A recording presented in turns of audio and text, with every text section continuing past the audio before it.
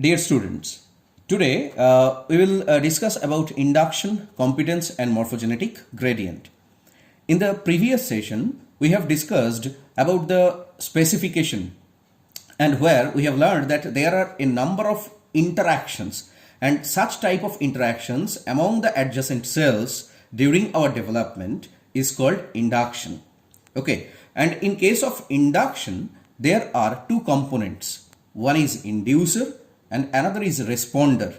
Inducer secretes some protein, might be paracrine or juxtacrine factor, which induces another tissues or cells. And the cells or tissues which are induced can be considered as responder. But not all the cells or all the tissues can act as responder. There must be some ability, and such ability is called competence. We may think that competence is a passive state. Inducer only the active part and the responder is passive. But it will be wrong. Competence is not a passive state. As for example, we can think about the PAX6 protein, which is present in the head ectoderm and helps the head ectoderm to become induced to form lens by the optic vesicle.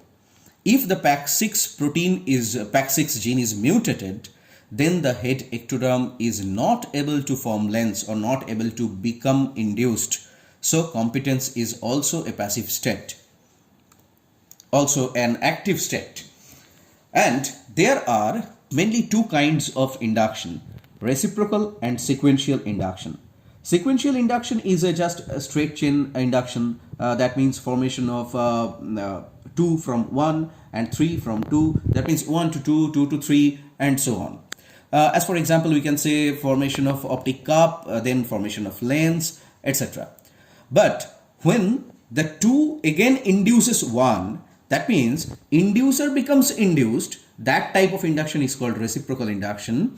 That is the, as for example, we can think about the optic vesicle forms optic cup, then forms lens. Again, lens placoid induces optic vesicle. This is reciprocal induction.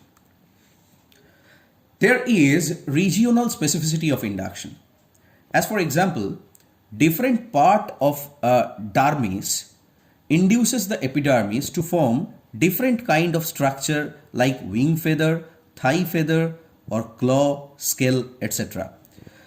Therefore, we can say that regionally specific inductions can generate different structures from the same tissue.